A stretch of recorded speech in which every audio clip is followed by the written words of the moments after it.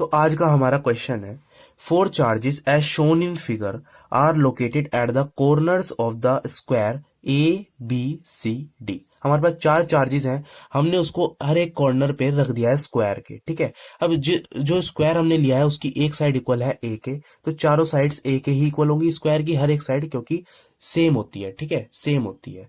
चलिए, find the net force on the charge minus Q placed at C. ठीक है, आपको इस चार्ज पर लगने वाली नेट फोर्स बतानी है। क्या मतलब, देखिए, आपको जैसा कि पता होगा, अपोजिट जो चार्ज होते हैं, opposite charges attract each other, opposite charges attract each other, each other opposite charge होते हैं, आपस में अट्रैक्टिव फोर्स लगाते हैं। तो यहां पर बी वाला जो चार्ज है, जो चार्ज बी पर पड़ा हुआ, वो इस पे कुछ फोर्स लगाएगा, क्योंकि ये नेगेटिव और ये पॉजिटिव है, तो ये इसको अपनी तरफ अट्रैक्ट करेगा इधर।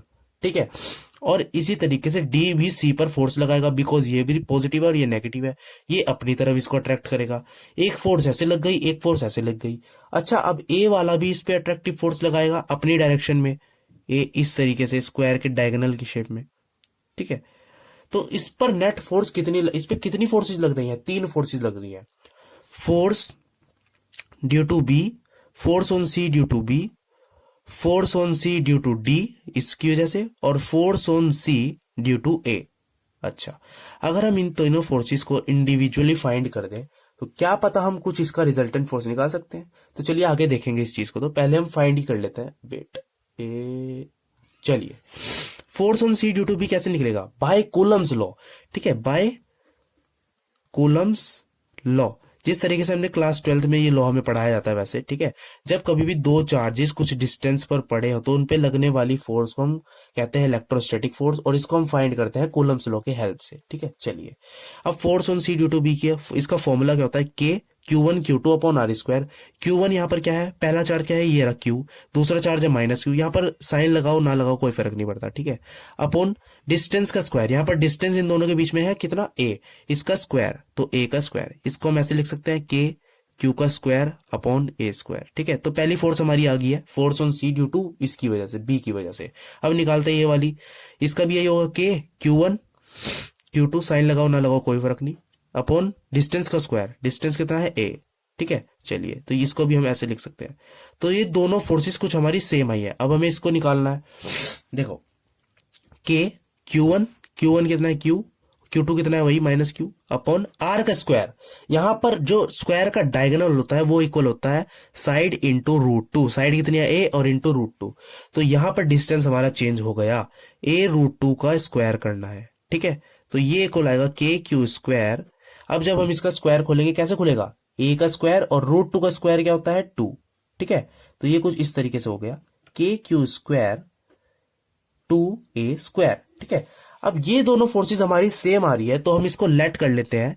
Late this forces be F, इसको हमने F से डिनोट कर लेंगे हम, यहां पर भी इसका यूज होगा। ठीक है, अब देखो, अगर आपको पता हो, जब भी हमें नेट फोर्स निकालनी होती थी, किसी भी चीज का रिजल्टेंट निकालना होता था, तो हम वहां पर पैरेललोग्राम लॉ यूज करते थे। क्लास 11th वेक्टर में हमें पढ़ाया गया था। ठीक है, अगर आपको नहीं आता तो मैंने अपलोड किया हुआ है। ठीक है, चलिए इधर देखो, यहां पर लग रही है तीन फोर्सेस, पर हमने सीखा था दो फोर्सेस के लिए। तो फर्स्ट ऑफ ऑल हम इन दोनों का रिजल्टेंट अगर निकाल लें, तो इन दोनों के बीच में 90 डिग्री का एंगल है ना, तो 90 डिग्री का एंगल है, तो इनकी कुछ फोर्स इस तरीके से लग रही होगी, इस तरीके से कुछ 45 डिग्री के एंगल पे।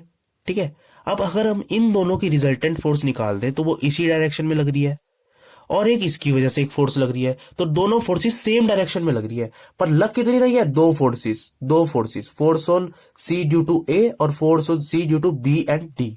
तो हम पहले रिजल्टेंट फोर्स निकालते हैं, इसकी और इसकी। कैसे निकलती है? इसका फॉर्मूला होता है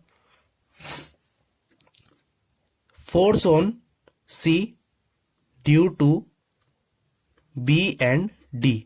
इसका फॉर्मूला क्या होगा? Root A square plus B square plus 2AB cos theta. पर यहां पर F है तो हम F ही लिखेंगे, F1 का स्क्वायर प्लस F2 का square plus 2F1 F2 cos theta. कितना है यहां पर इन दोनों फोर्सेस के बीच में? 90, तो 90 लिख दो यहां पर। ठीक है, अब देखो जरा, मैंने आपको एक चीज लेट करवाई थी, ये दोनों फोर्सेस कैसी है, सेम, तो मैंने इनको लेट करा था एफ, ठीक है, एफ लेट करा था, तो मैं यहाँ पर F1 F2 की जगह एफ एफ एफ लिख सकता हूं।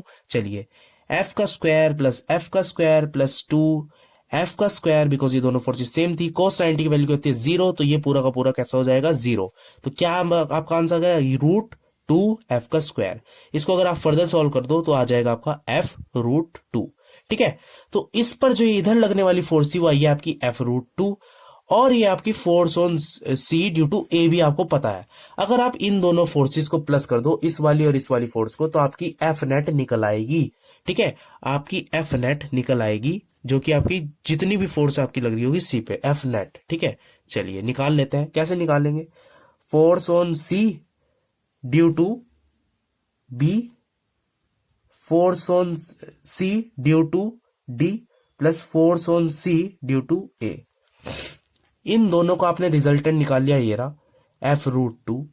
एफ ए आपको पता है, ये रहा, क्या था आपका, अभी इसको एफ ही लिख देते हैं, ठीक है, एफ नहीं, यहाँ पे एफ डैश लिख दो, ठीक है। तो F√2 मतलब एफ की वैल्यू आपकी क्या थी, ये है एफ, ये थी, तो यहां पर लिख दो KQ² अपॉन ए स्क्वायर, ये आपका कैसा था, √2, प्लस F1 कैसा था आपका, ये F dash, sorry F dash क्या था, ये FC1, force on C due to A, तो इसको लिख दो KQ² प्लस 2A²। अगर आप इसको फर्दर सॉल्व करोगे, अब ये बड़ा सिंपल कैलकुलेशन रह गया यहाँ पर, खाली यहाँ पर आपको एलसीएम लेना है, मैं इधर की तरफ ले रहा हूँ, ठीक है। ये कितना आ जाएगा, 2A², यहाँ पर ये था तो ये 2 जाएगा इधर, 2√2, और क्या हो जाएगा, 2√2 KQ का स्क्वायर, प्लस ये कितना हो जाएगा, KQ², ठीक है। अब यहां पर ये आपका क्या गया आंसर। अगर आप इसको और ज्यादा सॉल्व करके लिखना चाहो तो आप कैसे लिख सकते हो, देखो, आप इसमें से कॉमन ले सकते हो, KQ² अपॉन 2A², क्या आ जाएगा, 2√2 प्लस 1, ये आपका हो गया आंसर, ठीक है। जगह थोड़ी थोड़ी कम थी, थोड़ा देख लेना, ठीक है। चलिए